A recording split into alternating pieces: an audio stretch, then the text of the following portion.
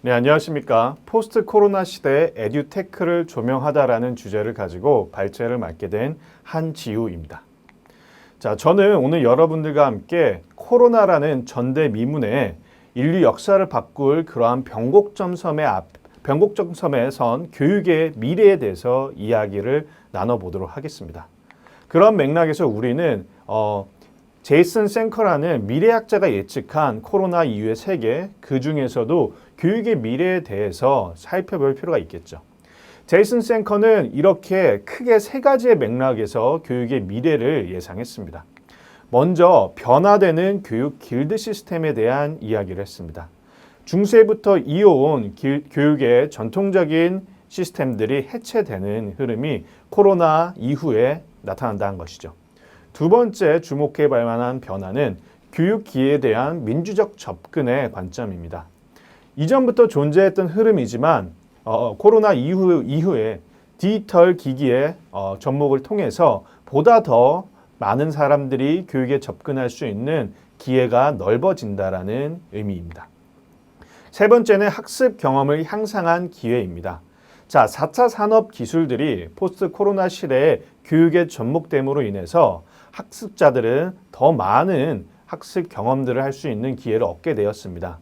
이러한 변화로 인해서 보다 더 높은 차원의 학습을 체험할 수 있는 시대가 열렸다는 의미인 것이죠.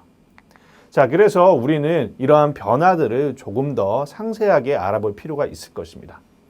먼저 변화, 해체되는 교육 길드 시스템에 대한 이야기를 나눠보도록 하겠습니다. 자, 다음의 이미지는 전통적 학문 기관의 위기와 관련된 이미지입니다. 최근 대학가를 중심으로 해서 나타난 움직임인데요. 상반기 등록금을 즉각 반환하는 그러한 메시지를 보이시지 않습니까? 즉 등록금 반환 운동이 대학가를 중심으로 해서 확산되고 있는 추세입니다. 코로나19 팬데믹 경험을 통해서 교육 분야에는 이러한 고비용 그리고 저효율에 대한 문제점들이 나타나게 된 것이죠. 코로나19로 인해서 대학 기관에게 기대했던 그 교육의 가치만큼 대학 기관은 그 정도의 퀄리티를 제공하지 못하는 상황을 맞이하게 된 것입니다. 그래서 이전 중세 시대부터 이어온 대학 수준 이상의 고등교육은 마스터 즉 박사학위를 만들어내는 그러한 차원의 도제식 교육을 제공하고 있었습니다. 하지만 코로나 시대 이후에 우리는 이러한 전통 학문과 학문 내 길드 구조라고 할 수 있는 시스템이 해체되는 것을 목격할 수가 있게 되었습니다. 그래서 새로운 차원의 시스템들이 부상하게 되는 것입니다. 미네르바 스쿨이라는 즉 등록금 환불 요구 없는 대학이라는 키워드로 제가 뽑아 보았는데요. 온라인 플랫폼을 적극적으로 활용한 오프라인 대학, 온라인과 오프라인의 장점을 결합한 새로운 시스템의 대학들이 나타나기 시작했습니다. 자, 미네르바 스쿨이라는 것은 포스트 코로나 시대에 새로운 고등교육의 모습으로 주목을 받기 시작했는데요. 왜 그런 주목을 받게 되었는지 살펴보도록 하겠습니다. 네, 다음은 포스트 코로나 시대에 적합한 미네르바 스쿨에 관련된 영상입니다. 미네르바 스쿨은 전 세계의 학생들을 모집을 하는 대학이고요. 대부분의 교육을 온라인으로 진행을 하고 있습니다. 학습자는 자유롭게 자신이 원하는 지역에서 수강을 할 수 있는 시스템이라는 것이죠. 기존의 전통적인 차원의 오프라인 교육과는 다른 모습을 보여주고 있습니다. 그리고 자체 개발한 이런 온라인 플랫폼을 활용해서 학생들과 온라인을 통해서 강의를 하는데요. 기존의 일방향적인 온라인 강의와는 다르게 보시다시피 선생님과 학생들이 쌍방향성을 가지고 인터랙션, 즉 상호작용하는 모습을 보실 수가 있습니다. 그래서 온라인 수업임에도 불구하고 기존의 온라인 수업에 대한 우려점들, 즉 일방향성으로 인해서 학습 만족도가 떨어진다라는 한계를 극복하게 되는 것입니다. 학생들은 이미 사전에 주어진 과제에 대한 학습을 해오는 것이고요. 온라인 수업을 통해서 선생님과 피드백을 주고받고 토론을 중심으로 교육을 함으로 인해서 보다 더 높은 만족도의 학습 효과를 얻게 됩니다. 이렇게 학생 개별 다 확인을 하면서 선생님들께서 피드백을 주는 그런 모습을 볼 수가 있습니다. 자, 이처럼 미네르바 스쿨은 전 세계에 있는 학생들을 모집하여서 새로운 차원의 교육을 제공하고 있습니다. 그래서 특히 자체 개발한 액티브 러닝 포럼을 통해서 온라인 수업을 제공하는데요. 앞서 영상에서 시청하신 것처럼 학생들은 단순하게 선생님이 제공하는 강의를 듣는 것이 아니라 이미 학습되어 있는 것들을 예습하고 인터랙션을 통해서 토론 중심의 수업을 진행하는 것입니다. 특히 20명 이하의 학생들만 수강을 할 수 있고요.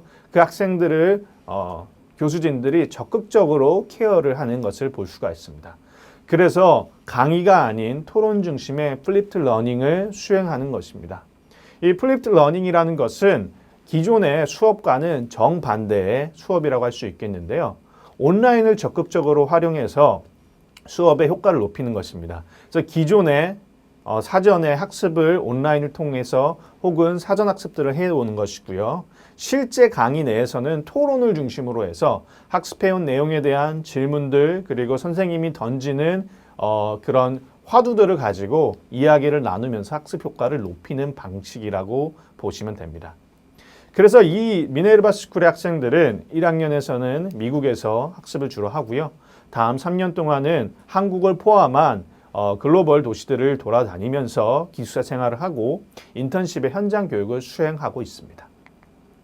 이러한 맥락에서 두 번째 변화, 바로 교육 기회에 대한 민주적 접근을 우리는 살펴볼 필요가 있습니다. 자, 온라인 플랫폼 강의가 급부상하고 있는데요. 우리는 이제 무크라는 사이트를 통해서 전 세계의 유능한 교수진의 강의를 누구나 쉽게 접할 수가 있고요. 링크드인이라는 사이트를 통해서 기존에 접하기 어려웠던 전통적인 학문기관에서 제공하기 어려웠던 전문적인 수준의 지식과 노하우 그리고 업무에 관련된 능력들을 전문적으로 향상시킬 수 있는 기회를 온라인을 통해서 얻을 수 있게 되었습니다.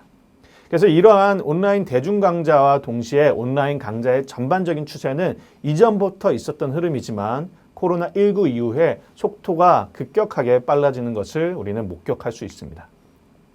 그래서 전통적인 교육기관에서 접하기 힘든 노하우를 접할 수 있다는 차원에서 큰 인기가 있고요. 그리고 이러한 것들이 민주적으로 다양한 사람에게 제공될 수 있다는 차원에서 교육사에 있어서도 큰 변화라고 볼 수가 있습니다. 그래서 이렇게 온라인 중심의 교육이 압도적으로 늘어나는 시기를 우리는 지나가고 있습니다.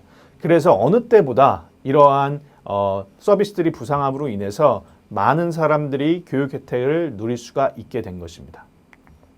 세 번째 변화는 바로 학습 경험의 향상과 관련된 것들입니다. 이 영상을 보시면 닌텐도라는 서비스를 제공하는 기업에서 만든 것인데요. 바로 닌텐도 라보라는 서비스입니다.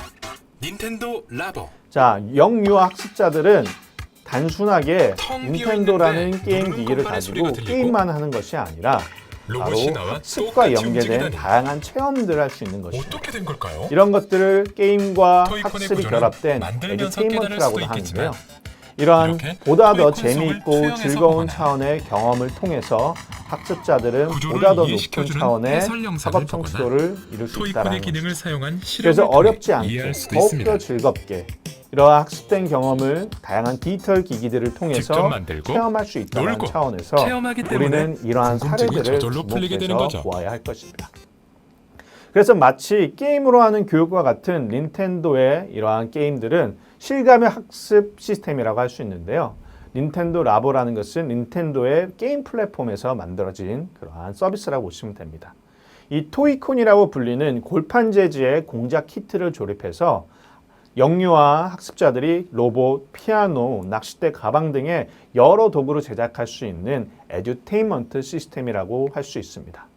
그래서 이러한 닌텐도는 미국의 뉴욕 초등학교에 이런 라보를 공급하여서 학습 보조제로 사용하고 있고요. 이러한 시도를 통해서 확장된 학습 경험을 학습자에게 제공하고 있습니다. 동시에 이러한 맥락 속에서 교육 공간이 전통적인 교실, 우리가 생각하는 물리적 차원의 교실에서 보다 더 다차원으로 확장되는 것을 우리는 목격할 수가 있습니다. 기존의 교실이라는 개념이 디지털 디바이스들이 적용이 되면서 새롭게 변모하는 흐름인데요.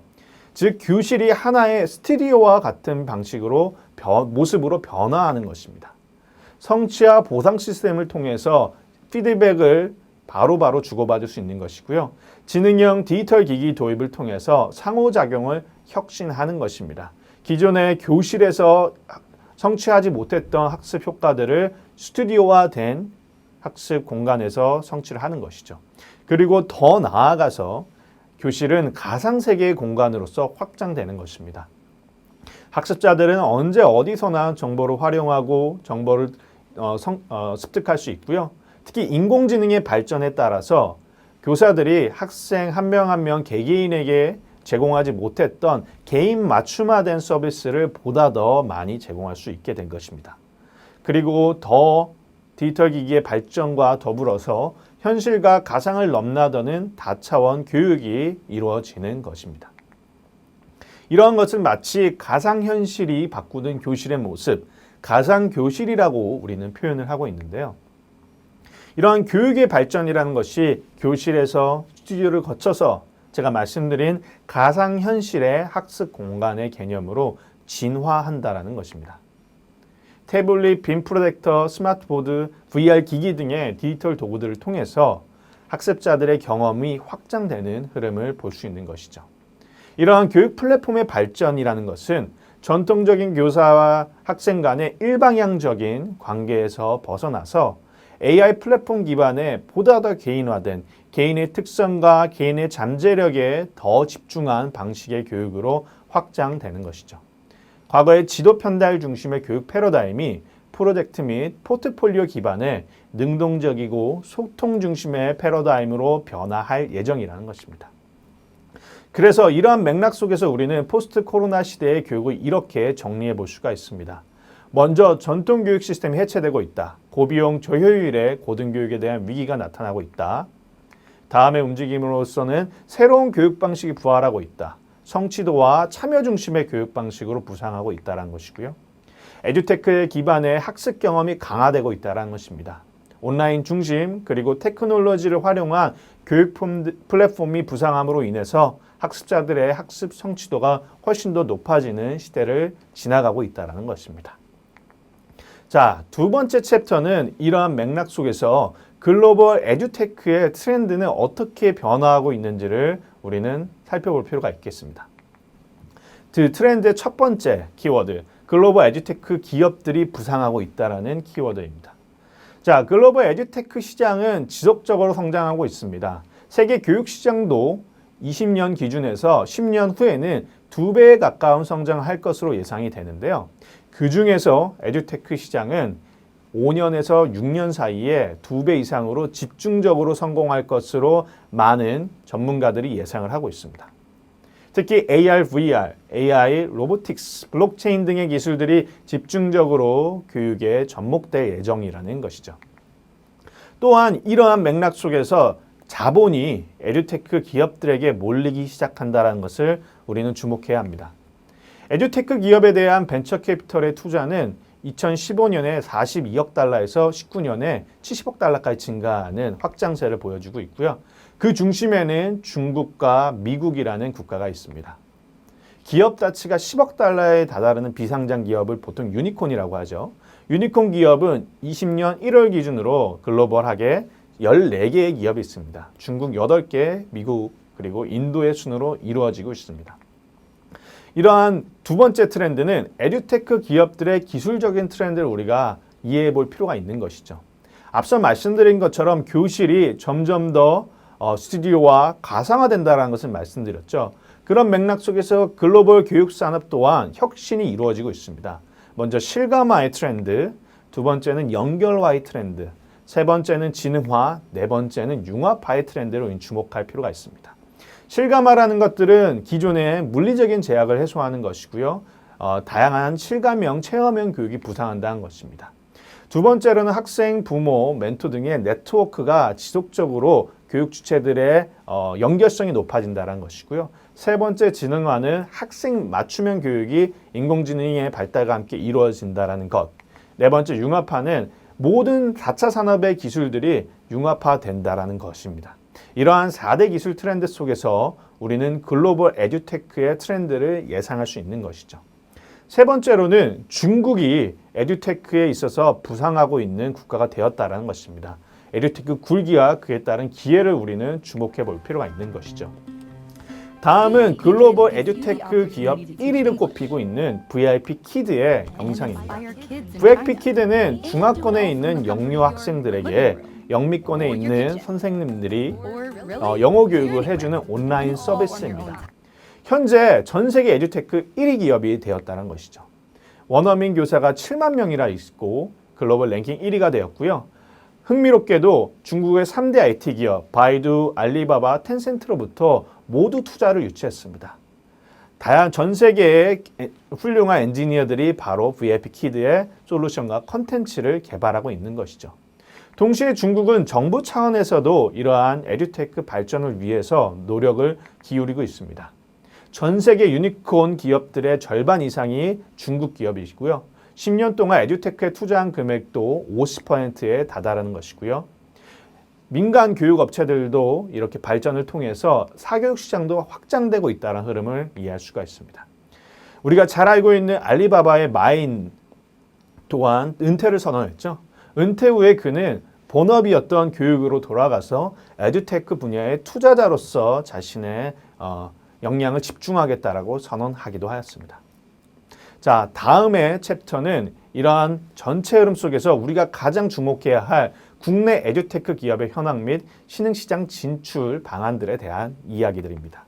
먼저 국내 에듀테크 시장이 어떻게 형성되었고 지금 어떠한 주요 기업들이 있는지를 살펴볼 필요가 있을 것입니다.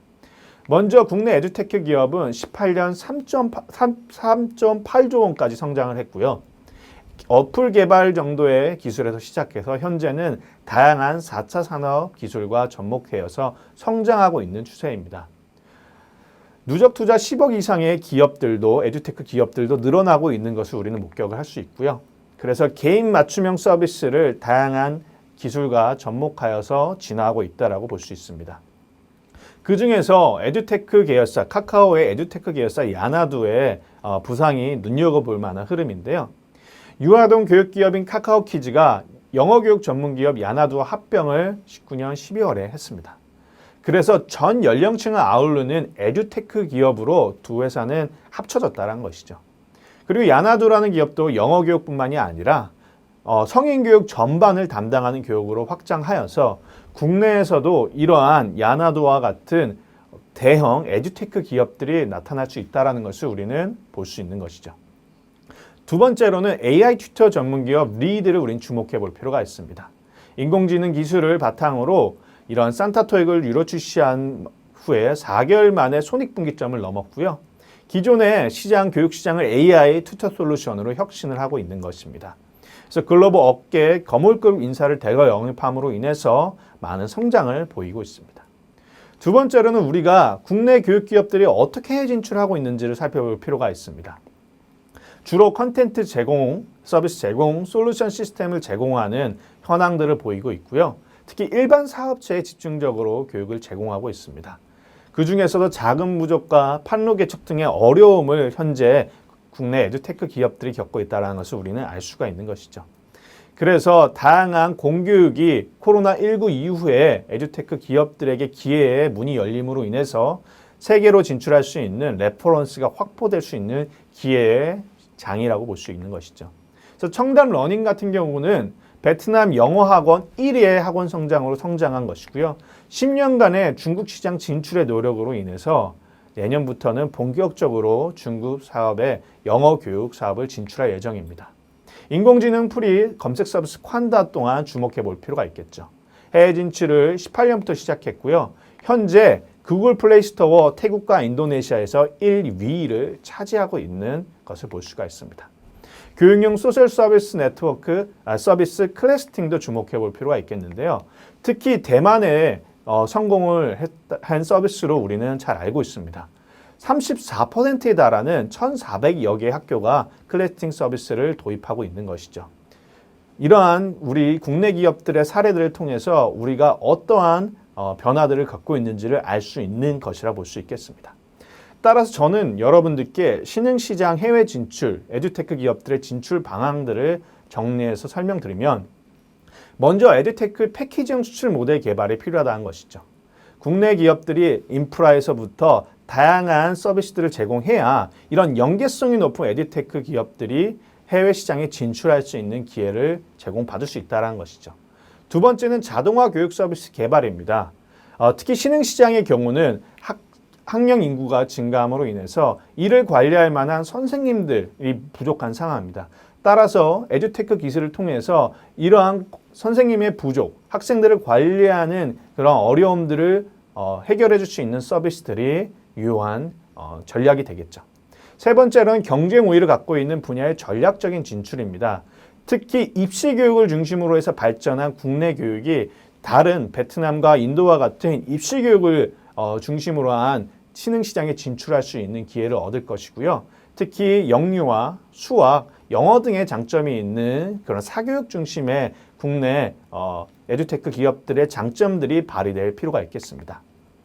네 번째로는 이렇게 코로나19 이후에 개화되는 초기 시장을 선점해야 된다는 것이고요. 다섯 번째는 교육 서비스 구매 환경 개선을 통해서 지금은 교사들이 이러한 서비스를 자율적으로 선택할 수 있는 그러한 기회가 많지 않은데 이런 기회를 자율적으로 열어줌으로 인해서 다양한 우수한 에듀테크 기업들이 진입할 수 있는 레퍼런스를 확보할 수 있는 기회를 제공받아야 될 것입니다. 자, 포스트 코로나 시대는 위기이자 기회가 될 수 있습니다. 특히 대학, 학교, 우리가 생각하는 교실의 모든 것들이 이 개념들이 변화하는 시기라는 거죠. 따라서 K-에듀라는 우리 국내의 에듀테크 기업들이 세계 교육을 선도할 수 있는 절호의 기회를 생각하고 전 국민적인 역량이 집중되어야 될 것으로 생각합니다. 네, 그럼 제 발제를 모두 마치도록 하겠습니다. 감사합니다.